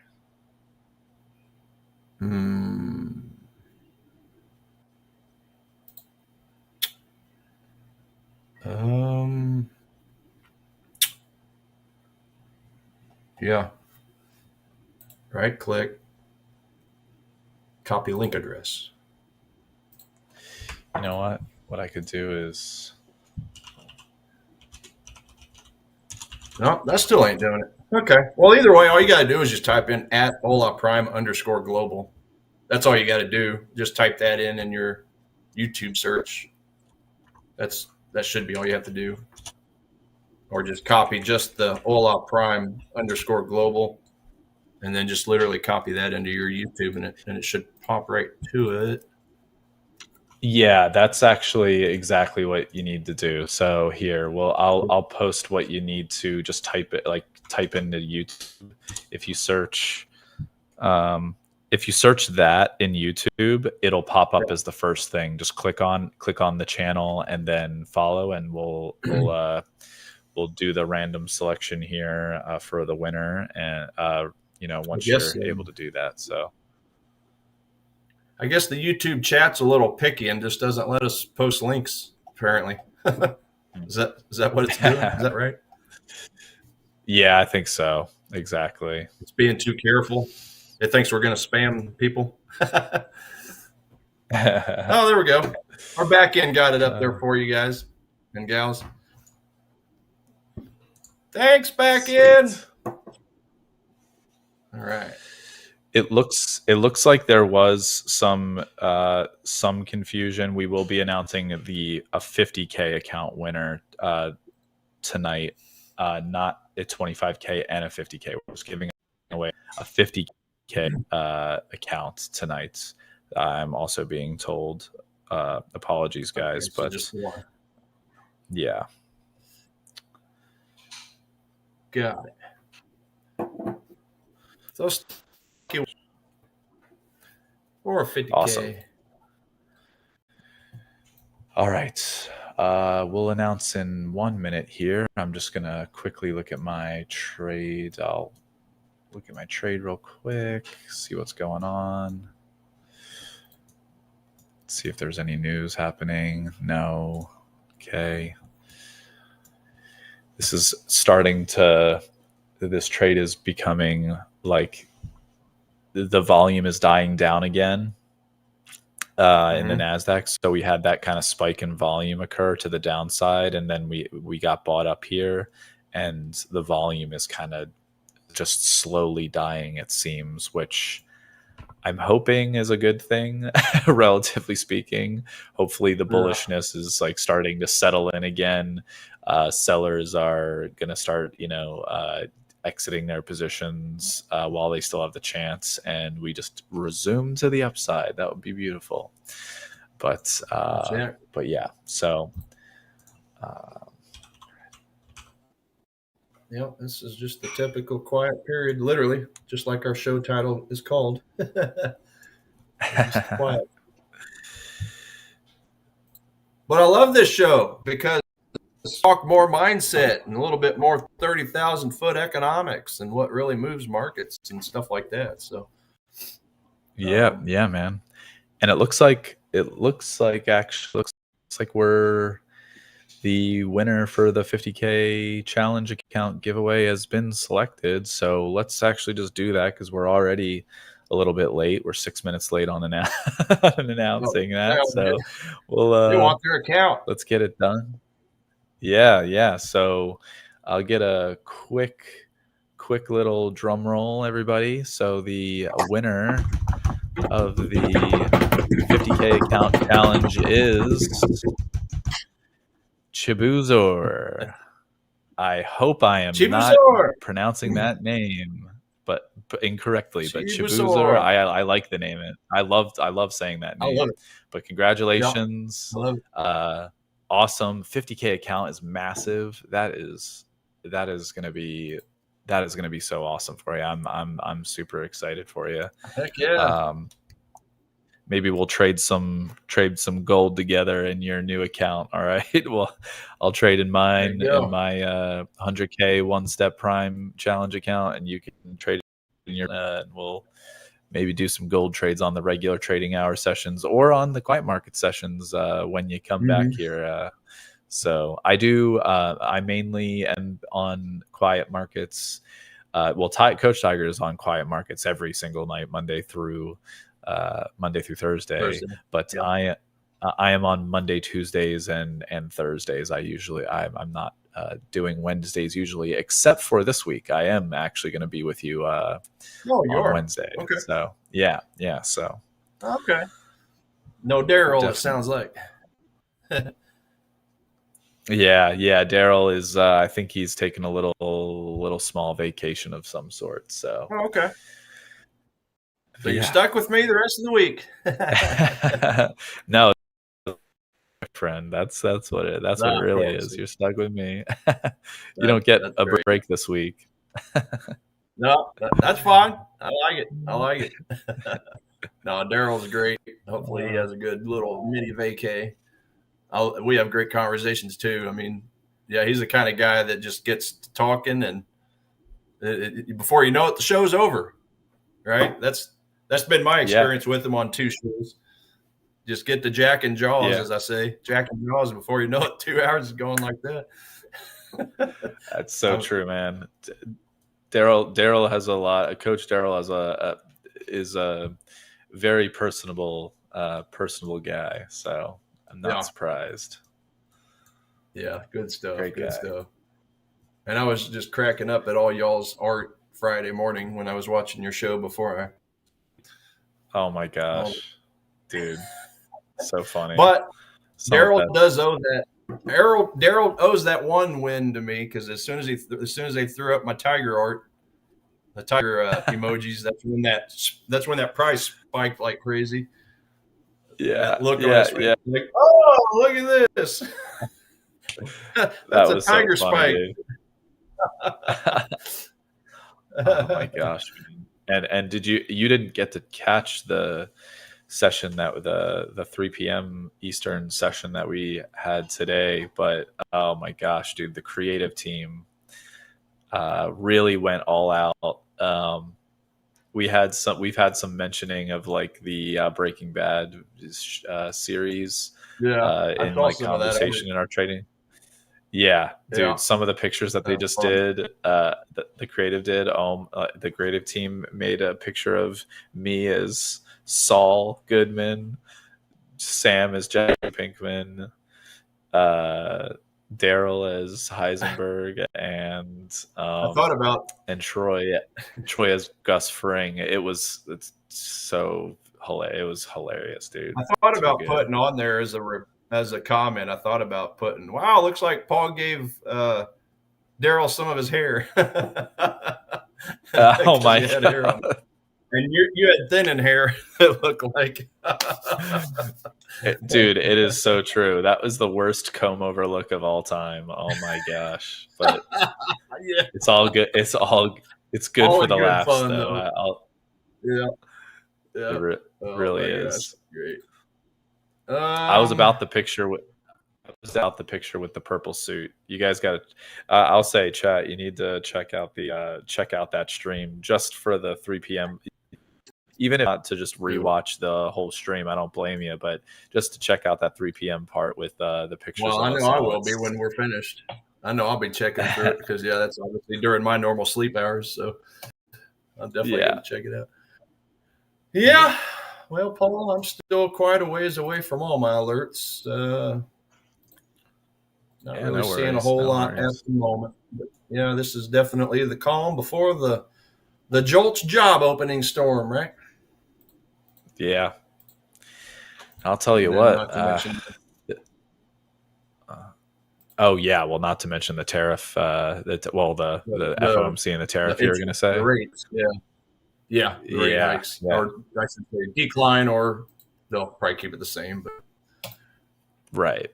yeah, Yeah, man. a lot of these pound pairs I want to sell are just kind of chilling in retail equilibrium.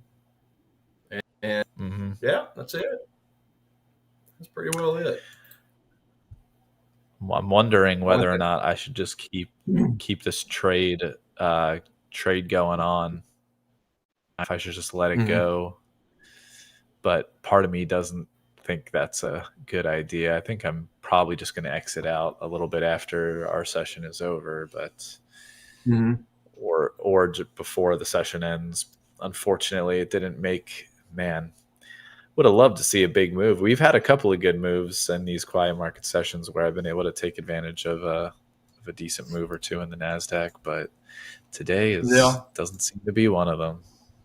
Yeah, and I'm definitely overall bearish. Like I said, Nasdaq, S&P, and the Dow. I mean, Nasdaq is still giving me the strongest bullish reading on my chart on my setups. By the way, um, Yeah, yeah, giving me a very bullish score of a 9. So yeah, when you're looking at Nasdaq, you still got the now the big banks and institutions were pretty well neutral on it. They did sell just a tiny bit of it, I think. Let me look at Nasdaq one more time.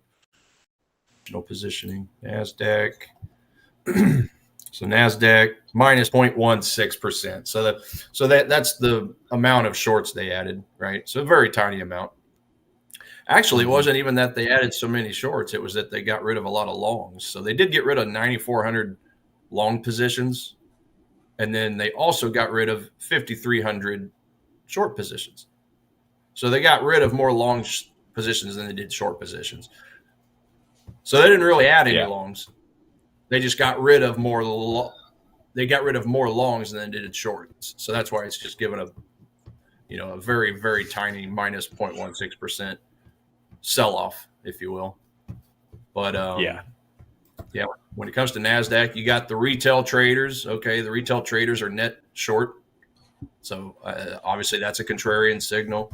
Seasonality, I'm getting a positive score for Nasdaq. Trend, manufacturing PMI is positive for the Nasdaq, for all the U.S. indices actually. Retail sales is positive. CPI, PPI, employment change, and unemployment rate. Those are all your bearish readings for the indices. So hmm the only real economic data going against the Nasdaq at this time is the GDP, the PCE, and the interest rates. So that's pretty well it. yeah. But Ah, man, I'm excited. I'm kind of excited for all this the news that's gonna like or the all the economic data and news that's gonna be.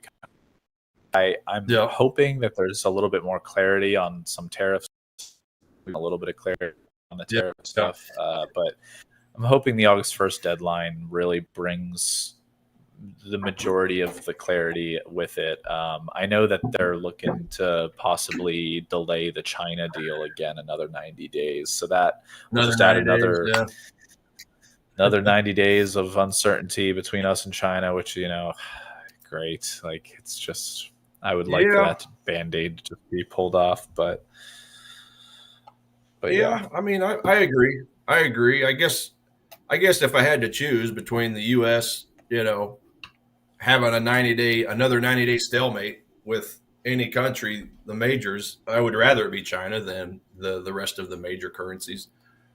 Um, Yeah. you know, because when it comes to the yen that I trade, okay, we got a trade deal. We got a Japan trade deal. The euro, the British pound, great. We got some trade deals. So they've definitely got the certainty.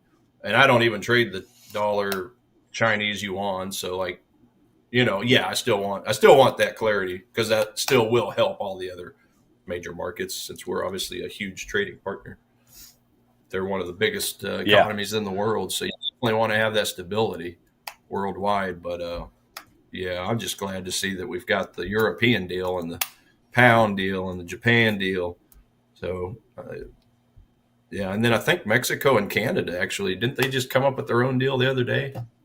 Something like that. Thought I saw that, or somebody Um, was telling us that. uh, uh, from the Mexico. news that I just saw this tonight, that there still was not a deal done between Mexico and Canada, Oh, just talking framework, but probably doing a yeah, I mean, backdoor deal behind the hopefully. U.S. Canada, Mexico.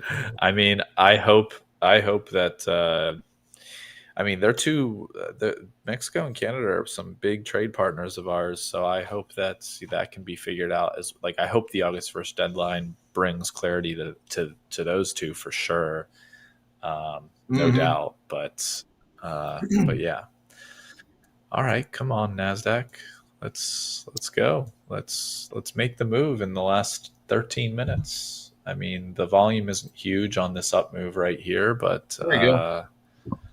Yeah,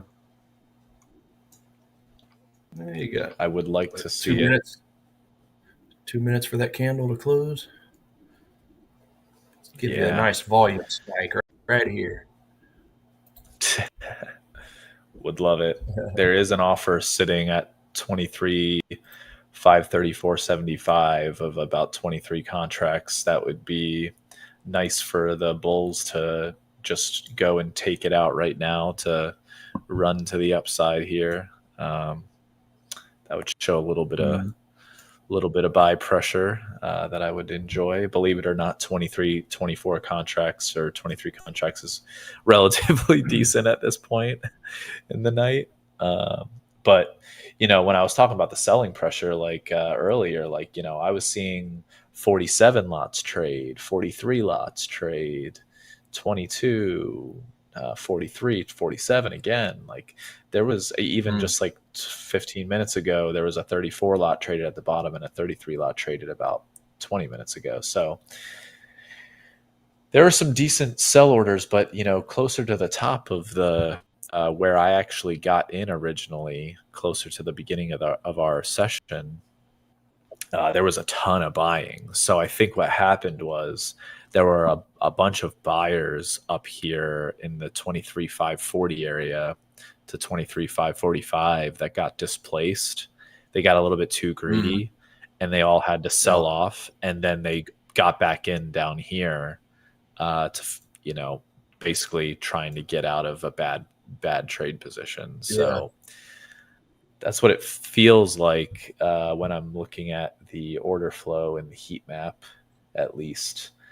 Um, but yeah, Well, just come on, let's yeah, just push. push up. I mean, it did bounce into a pretty nice, well, a decent demand zone. If you're looking further out, like on a 4 hour chart, you did kind of bounce up. Now it was a demand zone, but it was also the Friday close. So obviously, with the Nasdaq, you had the gap up Sunday night.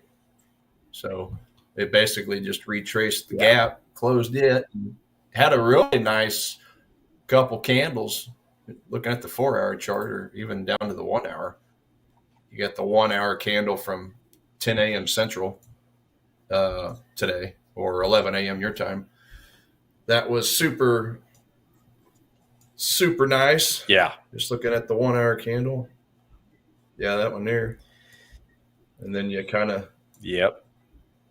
seems like it's wanting to turn up. I mean, just looking at it overall. So I'd definitely be happiest being in a buy position like you than I would be trying to sell it.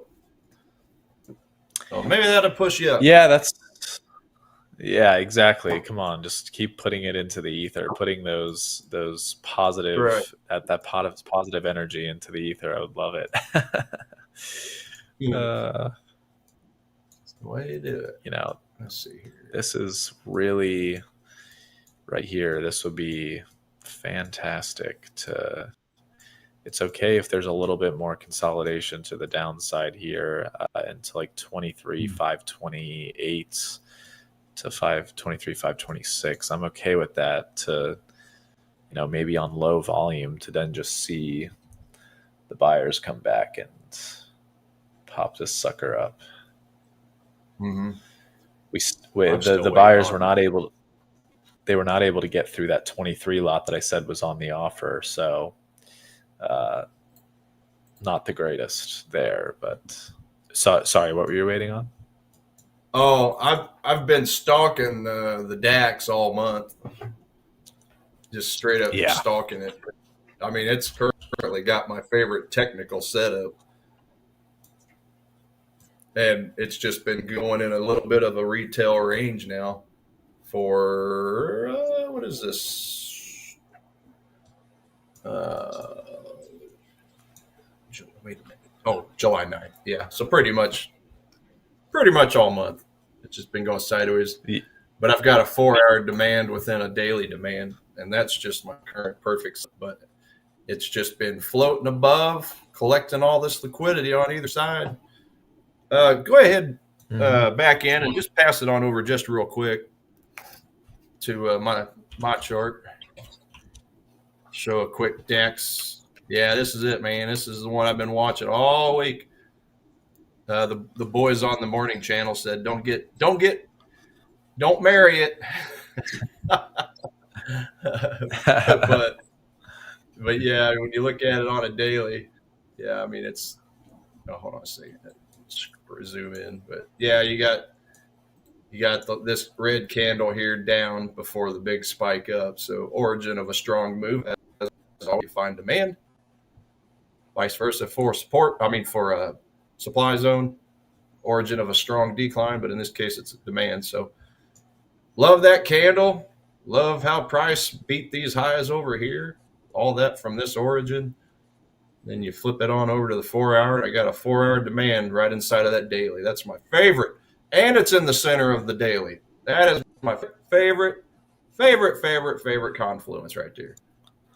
And it's just below the 50% fib level. Hell yeah. Now, something else I did was put some anchored VWAP lines to this swing high and also this swing low. So as you can see, it's actually getting ready to touch this upper line. So I would love to see it wick through.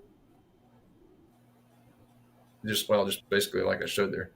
Just wick through that nonsense. Wick through those zones. Wick through the top of the daily. Get down to the 4-hour. Give me a bullish engulfing candle. Give me some volume, and I'm buying that sucker up. That's my favorite looking setup. Now, to be fair and to be honest, DAX is currently only giving me a neutral score of a 2 when it comes to the economic releases and everything. Mm-hmm. But the DAX is one of the largest euro markets, right? When it comes to the stock market, Germany. So with that trade deal, I'm just hoping that'll. I mean, obviously, you're getting a retracement just like you are for the euro itself. The same thing as the NASDAQ. But I'm looking at it overall as a good thing, right? For the eurozone, obviously for the trade deal, and then the stock markets in those countries. So I'm just looking at it to turn once it hits some good support. So yeah, for me, I'm going to take a stab at it whenever it's down here. Of course, it's, as you can see, it's been going sideways for a while. So the way I see it, this whole entire area has just been nothing but retail sideways junk, action. Right. So I don't like to diddle in the middle. I like to buy lower on the curve. So this is high on the curve. This is lower on the curve. If I'm just looking at this swing low, obviously this swing high. So and any zones, I wanted to point this out too real quick. So any supply and demand zones you find in this retail area, the one thing they're missing is imbalance. Well, where's the imbalance? Well, it's typically at the swing high or the swing low. So this I would see as the imbalance below all this retail sideways junk. So yeah, you give me a drop down to this price. Yeah, it is giving me a 2 score, but I'm still going to take a stab at this one and put a ring on it. Apparently, because I'm marrying it from the way the boys talk. And what's So on a different note, real quick, right here with what's going on the Nasdaq. Actually, could we switch back to my screen real Flip quick? back. Yeah, flip Back back to the end. ball there. Looks like we're traveling upwards here a little bit, so that's nice. But There you go. Matt in the chat said something very very funny that he said it because I was thinking the same thing just a Mm-hmm. minute ago when on the bid on my third party software that I have for data, a big bid about like 6 minutes ago popped up at the 23,518 level. It's about 80 contracts, or like 90 contracts worth. And he's saying they're going to grab liquidity on the Nasdaq during the London opening session in Europe for more volatility on the way. And the funny thing is when I saw that big bid at 2318 or yeah 23,518 pop up, my thought was the exact same thing. I was like, man, I'm not holding this overnight for sure, because I could see like bids like that be just gravity for overnight traders to just go absorb all the contracts to then prepare for another bullish move to break all time highs or what have you. So Mm-hmm. that is pretty funny. It looks like we're going upwards here. I am going to just move my stop for the sake of this session being over or close to being over. I'm just going to move the stop up to break even. There you go. And Free trade. Free trade for you. Just be done with it. All right, we're already at the last minute, guys. I mean, at least you got to see a winning trade. This trade took an hour and a half, by the way. I've been in this trade for an hour and a half. So, but there you go. So yeah, we got 30 seconds here left. It's been a pleasure, Coach Tiger, as always. Absolutely. I'll see you tomorrow night. Yep. We'll be Congrats back on again tomorrow night. Congrats again to Chibuzar. Sorry if we're messing your name up, my friend. But enjoy that account, get it set up, and yeah, y'all tune in. We'll be back. I'll be back at 3 a.m. Central Time in the morning with the other boys. So, and then me and Paul, like you said, 8 o'clock Central tomorrow. And but you catch him you playing with the futures market midday as well. So tune in. We'll be here for you. Congrats, Shabuzer.